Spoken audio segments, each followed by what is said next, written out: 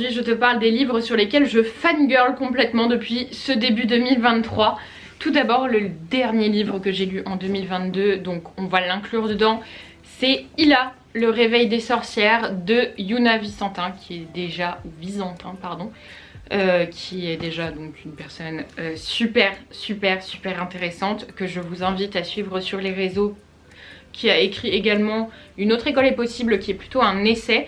Là c'est un roman, enfin c'est un roman qui est dans un monde qui n'existe pas, hein, où les sorcières du coup sont traitées comme de manière patriarcale on va dire, où les hommes sont dominants, où chaque femme appartient à un homme et où aucune liberté n'est possible à imaginer pour une femme. Il y a un groupe d'érudits entre guillemets qui est enfermé dans la capitale à chercher les soi-disant morceaux d'un livre secret qui permettrait d'effacer toutes les sorcières de la terre. Au niveau magie, c'est très léger. C'est vraiment de la fantaisie subtile. Au final, c'est très rare. Enfin, c'est pas Poudlard quoi. Vous allez avoir des petits instincts, des petits événements, des petites coïncidences en fait, qui font que au final c'est principalement les femmes qui sont rejetées. C'est très anticapitaliste, très écologique aussi comme livre. Enfin, c'est vendu d'ailleurs comme un livre écoféministe. Déjà la couverture est magnifique, ça se lit tout seul. Les personnages sont incroyables. Toutes les scènes dans l'espèce de bar clandestin sont incroyables. Il y a plusieurs étonnamment hommes cis que j'ai apprécié dans ce livre, comme Adam ou Adam, je sais pas comment ça se prononce, qui étonnamment m'a intriguée et intéressée d'un certain sens, puisque c'est un bâtard qui est né à la capitale et qui n'a jamais vu autre chose que ce qu'on lui a forcé à faire. Il y a aussi Ila du coup qui a été capturée avec sa mère, puisque les femmes ont interdiction d'aller dans la forêt, et elles y sont allées, donc elles se sont fait arrêter et elles sont du coup emmenées à la capitale. Et en fait, Ila est censée donc apporter l'équilibre sur le monde et blablabla. Donc étant d'amener une prophétie, elle est un peu protégée, grosse guillemets. Mais sa mère par contre est enfermée dans un lieu qu'elle ne connaît pas et elle se retrouve à vivre à la capitale du coup avec des personnes qu'elle va rencontrer. C'est vraiment super, c'est queer, c'est inclusif, c'est bienveillant, c'est très révolutionnaire. J'allais dire révoltant, c'est pas le bon mot, ça te donne envie de toi de te révolter, ça donne envie d'ouvrir sa gueule, c'est vraiment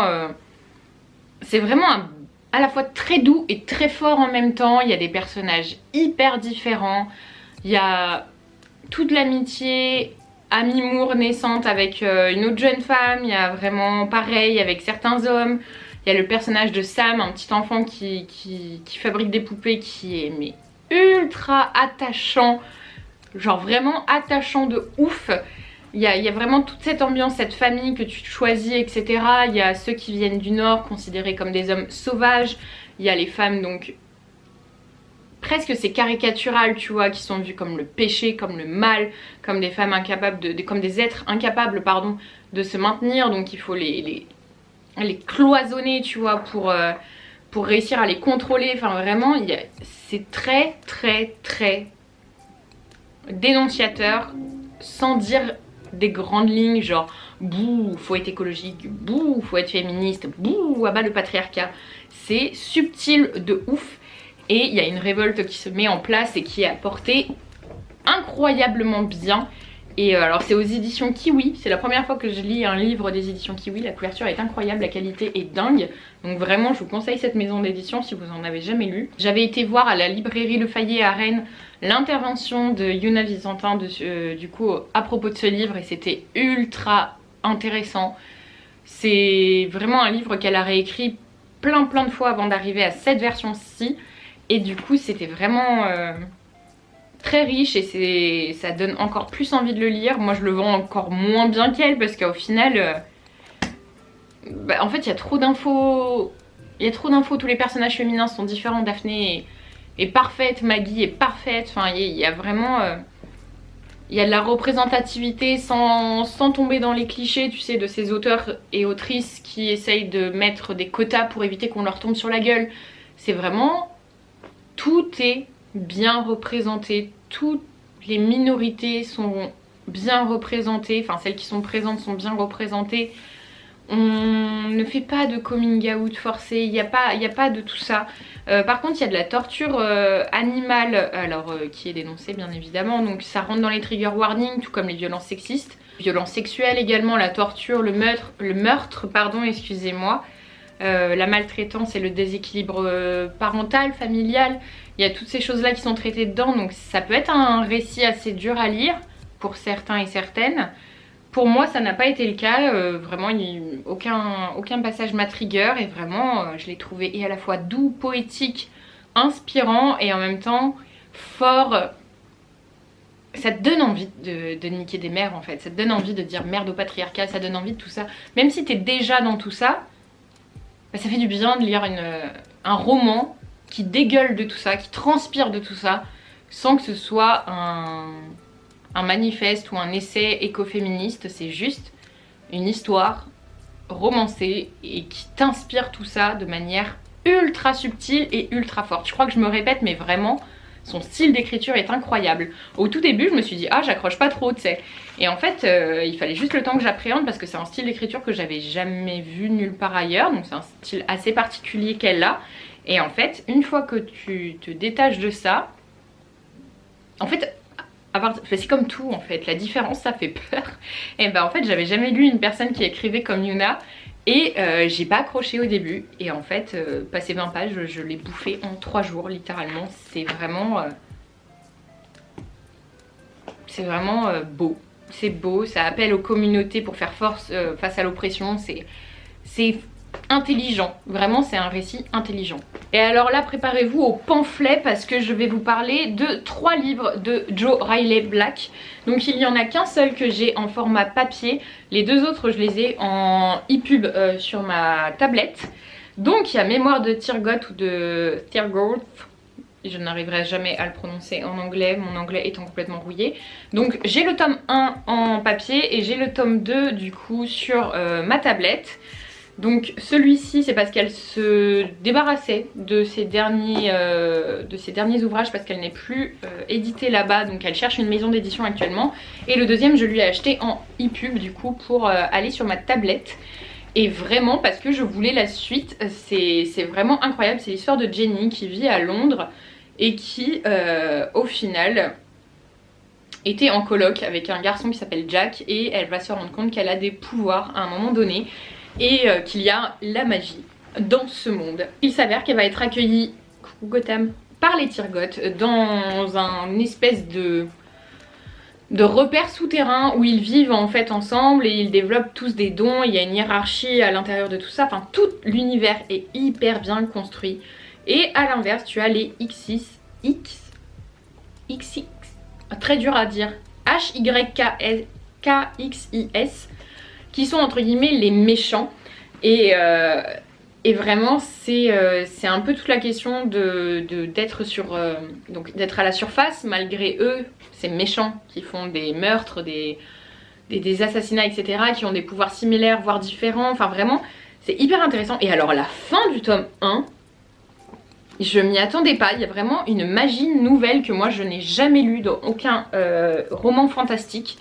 C'est pareil, enfin c'est très queer, très inclusif et encore une fois c'est pas du tout de l'inclusivité forcée comme dans certains romans. L'autrice est racisée et queer elle-même, concernée par beaucoup de sujets qu'elle aborde dans ce roman. Et alors la suite, je vous mets un spoil vite fait, si vous voulez pas écouter je vous mets le timer où tu peux retourner après. En fait Jenny évidemment est issue d'un viol entre enfin sa mère était Tyrgoth et elle s'est fait violer donc par un X6, du coup elle est mixte en fait, et c'est ça qui la rend aussi forte, aussi puissante et aussi incontrôlable au niveau de la magie.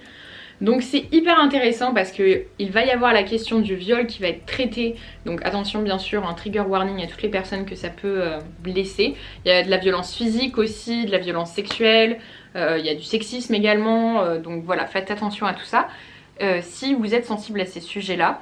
Mais en tout cas la question du viol est traitée de manière subtil et en fait c'est encore une fois c'est pas un récit sur le viol, tu vois, ça fait partie de la réalité du monde et du coup on ne l'évince pas sans donner des détails dégueulasses qui sont liés à ça et qui sont gratuits pour le récit. Là dans le récit il n'est pas question de ça, dans certains livres c'est le cas, mais il y a aussi des autoristes qui le font de manière gratuite et on n'a pas besoin de ça, tu vois.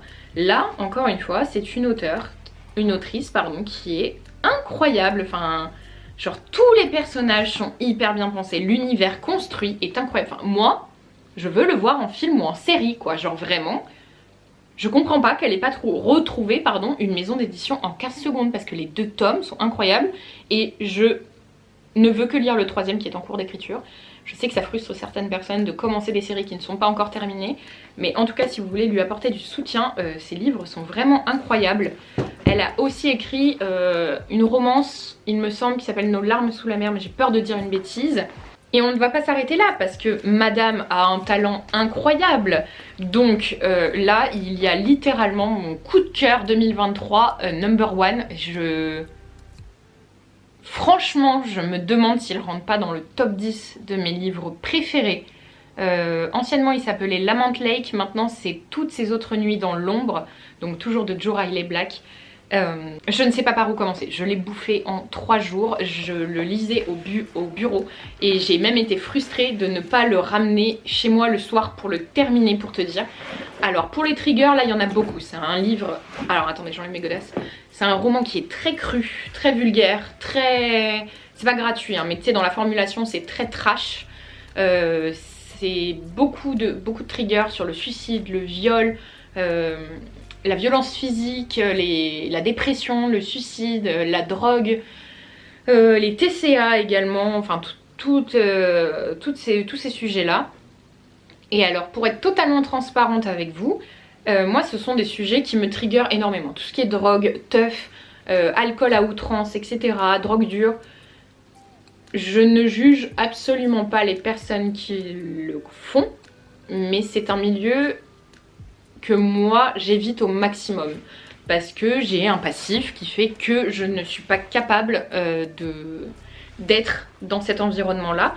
Donc de base tu vois je partais avec un a priori hyper négatif sur ce livre en me disant oh putain, enfin tu vois j'ai pas envie de lire ce livre, il m'intrigue mais j'ai pas envie de le lire tu vois.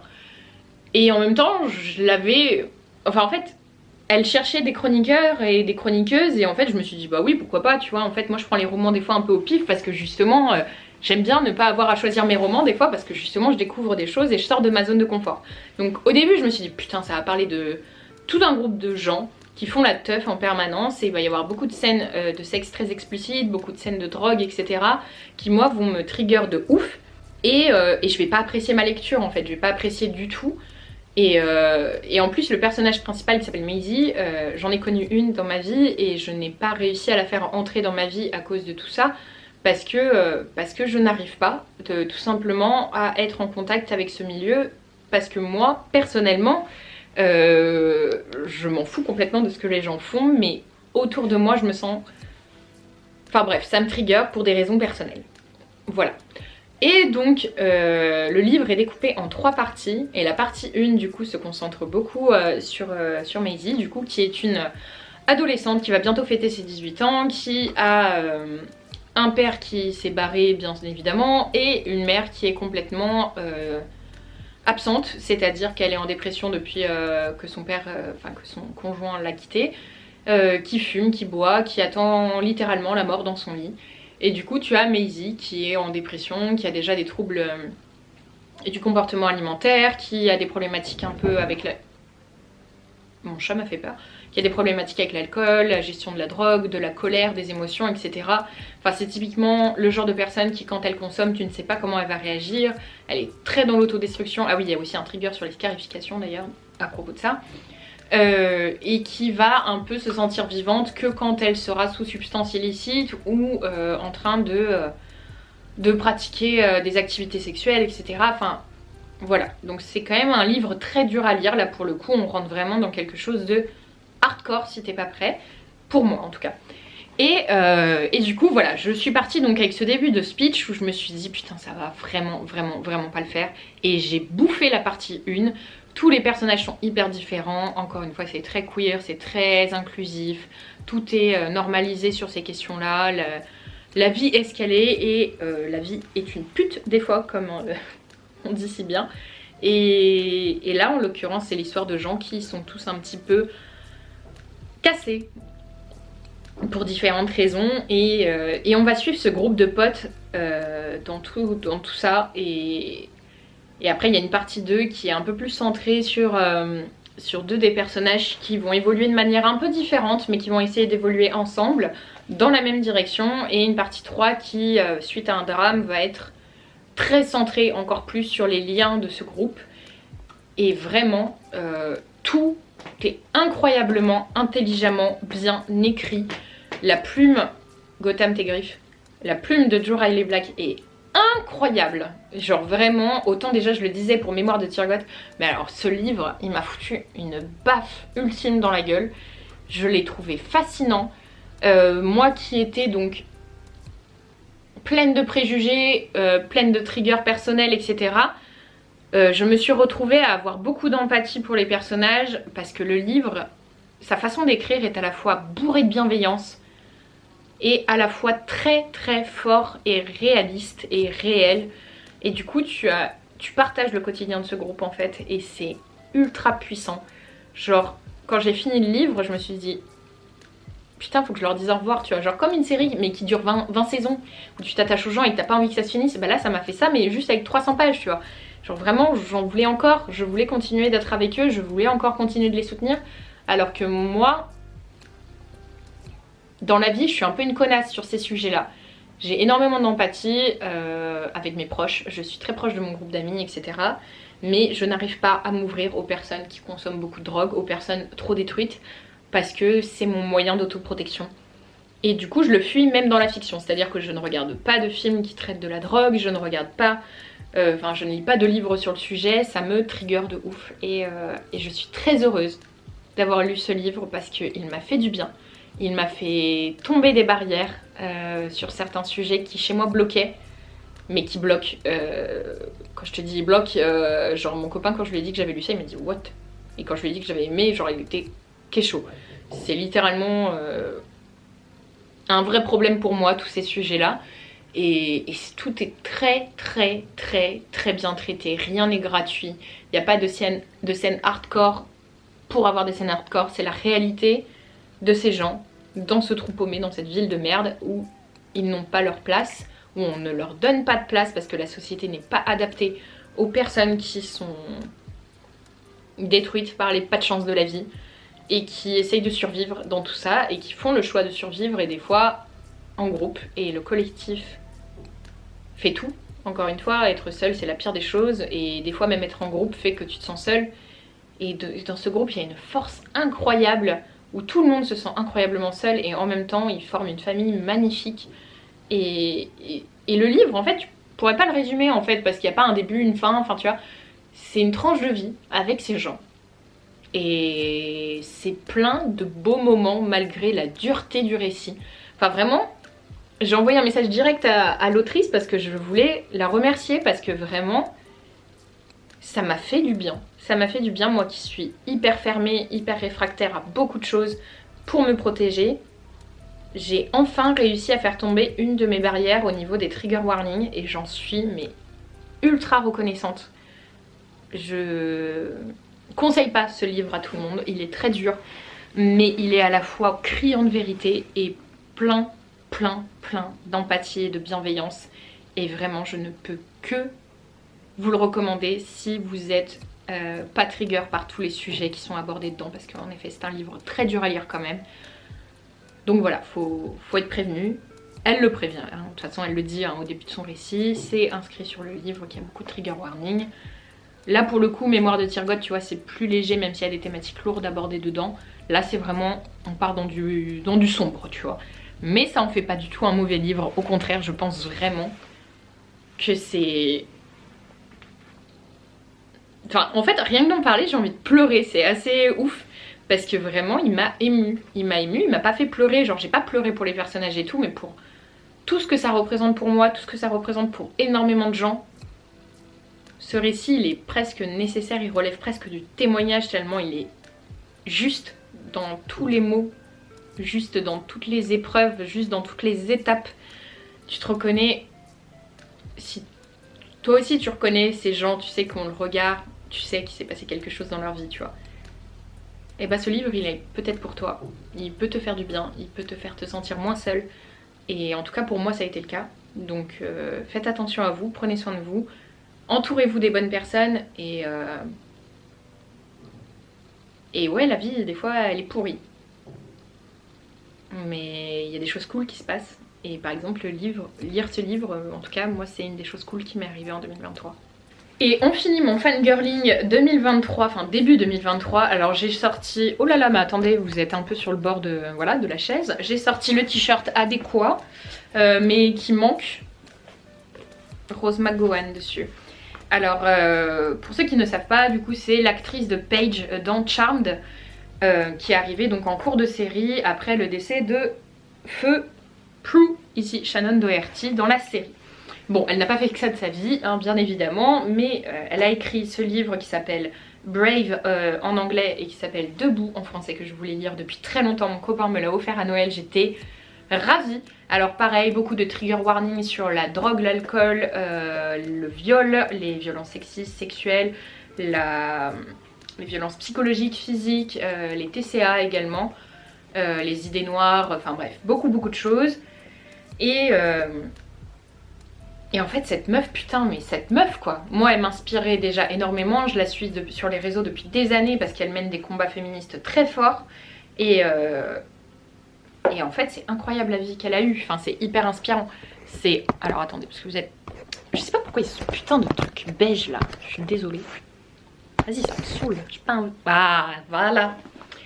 Et du coup c'est une personne qui s'est littéralement fait happer par Hollywood et qui a commencé en plus de ça avec une vie de merde. Elle a grandi en Italie au sein d'une secte où il y avait littéralement des actes pédocriminels. Je crois, de ce que j'ai compris, elle n'en a pas subi au sein de cet organisme. Ensuite, elle a déménagé aux États-Unis. Il y a eu beaucoup de problèmes avec son père, beaucoup de problèmes avec sa mère. Enfin, au final, elle s'est retrouvée sans domicile fixe très jeune. Donc, elle a beaucoup fait de soirées, de choses comme ça. Elle est tombée sur des copains abusifs. Elle s'est fait violer par un producteur très célèbre. Si vous cherchez, vous trouverez très rapidement de qui elle parle. C'est une des premières à avoir témoigné sur MeToo. C'est une femme vraiment très forte, très courageuse et qui dénonce beaucoup de ce qui se passe à Hollywood parce qu'en fait elle a été littéralement remarquée dans la rue, chose qui n'arrive à personne, tu vois. Et en fait elle s'est fait baiser par le système, c'est-à-dire qu'elle avait une agente, une femme, qui l'a littéralement poussée dans la gueule du loup en sachant qu'elle allait se faire violer. Ça parle de tout ça, ça parle de Charmed sur 4 pages, donc si c'est ce qui... Oh, j'arrive plus à parler. Si c'est ce qui vous intéresse, ce ne sera pas dans ce livre, mais en tout cas elle dénonce beaucoup de choses sur Hollywood, sur sa descente aux enfers, sur sa relation avec Marilyn Manson aussi, qui pour elle a été magnifique et qui au final il lui a craché à la gueule à la fin de la relation. Donc il y a beaucoup de choses très très violentes. Si vous êtes en ce moment un petit peu sensible, trigger warning, patriarcat, du coco, c'est dur à lire, mais c'est pareil, elle écrit bien, elle est inspirante. C'est littéralement une personne qui est à la fois une survivante et une rebelle en même temps. Elle ne s'est jamais laissée marcher dessus malgré tout ce qui lui est arrivé dans la gueule. Et ça, putain, mais ça inspire le respect de ouf. Vraiment, je n'ai pas d'autres mots en fait parce que c'est la vie d'une personne, donc je peux pas le juger comme quelque chose de romancé, tu vois. Je peux pas dire ouais, l'intrigue, blabla, tout ça. C'est le récit d'une personne qui est incroyablement forte, résiliente, inspirante et qui a vécu tout un tas de drames. Alors sa vie n'est pas facile, sa vie ne l'est toujours pas. C'est pas une ode à oh mon dieu on s'en sort, tout est merveilleux à la fin. C'est vraiment comment vivre et survivre avec tout ce qui t'arrive dans la gueule. Et pour le coup elle elle en a pris dans la gueule, vénère. Elle parle aussi de son rapport à la musique parce qu'elle a sorti un album qui s'appelle Planet 9 je crois, j'ai un doute sur le chiffre, qui est super joli, enfin moi que j'avais beaucoup apprécié quand il était sorti. Et du coup elle parle de tout ça, qu'elle a été actrice, qu'au final c'est pas forcément ce qu'elle voulait faire, que plein de choses. Et de la gloire, de la redescente de tout ça, de tout ce qu'elle n'a jamais recherché et de tout ce qu'on lui a imposé à la fois. Et de s'être à la fois laissée porter par ce qui lui arrivait, par les opportunités qui tombaient, et en même temps de s'être battue mais corps et âme contre un système, contre des gens, contre elle-même. Vraiment c'est... Faites attention au trigger warning avec ce livre, mais si vous avez besoin d'un coup de peps, même si le récit est dur, même si c'est lourd, c'est pas des lectures déprimantes, c'est des lectures qui pour moi sont inspirantes, qui t'élèvent, qui t'apprennent. Si tu n'es pas concerné par les sujets, qui te renseignent par des personnes concernées, enfin, c'est des lectures nécessaires à mon sens, mais ça, je le dis à chaque fois, dès que c'est un témoignage, vraiment c'est nécessaire de ouf, parce qu'on a besoin de tout ça pour comprendre tout le spectre des gens qui peuvent nous entourer et faire que la société donne une place à tout le monde et une place adaptée à tout le monde. Donc vraiment ce livre, je vous le conseille fois 1000. Enfin bref, voilà, je vous ai parlé de mes premiers coups de cœur de l'année, mais pas de mes coups de cœur, hein, je parle de mes coups de cœur, tu vois, genre en mode fangirling complet.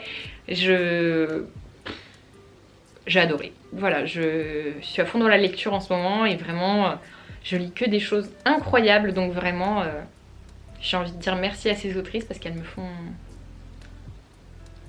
En fait elles me font pas réfléchir parce que c'est des sujets que je connais, que je maîtrise de par mes études et mes lectures passées, mais qui le font de manière assez différente pour que ça m'apaise, ça me donne l'impression d'être moins seule, ça me donne envie de continuer d'ouvrir ma gueule et ça inspire de ouf. Autant de respect pour elles que d'inspiration pour ce que j'ai envie de devenir et envie de véhiculer. Donc bravo à ces 3 autrices qui sont incroyables et que j'admire énormément. Et nous on se dit à la prochaine pour prochaine vidéo. Bisous.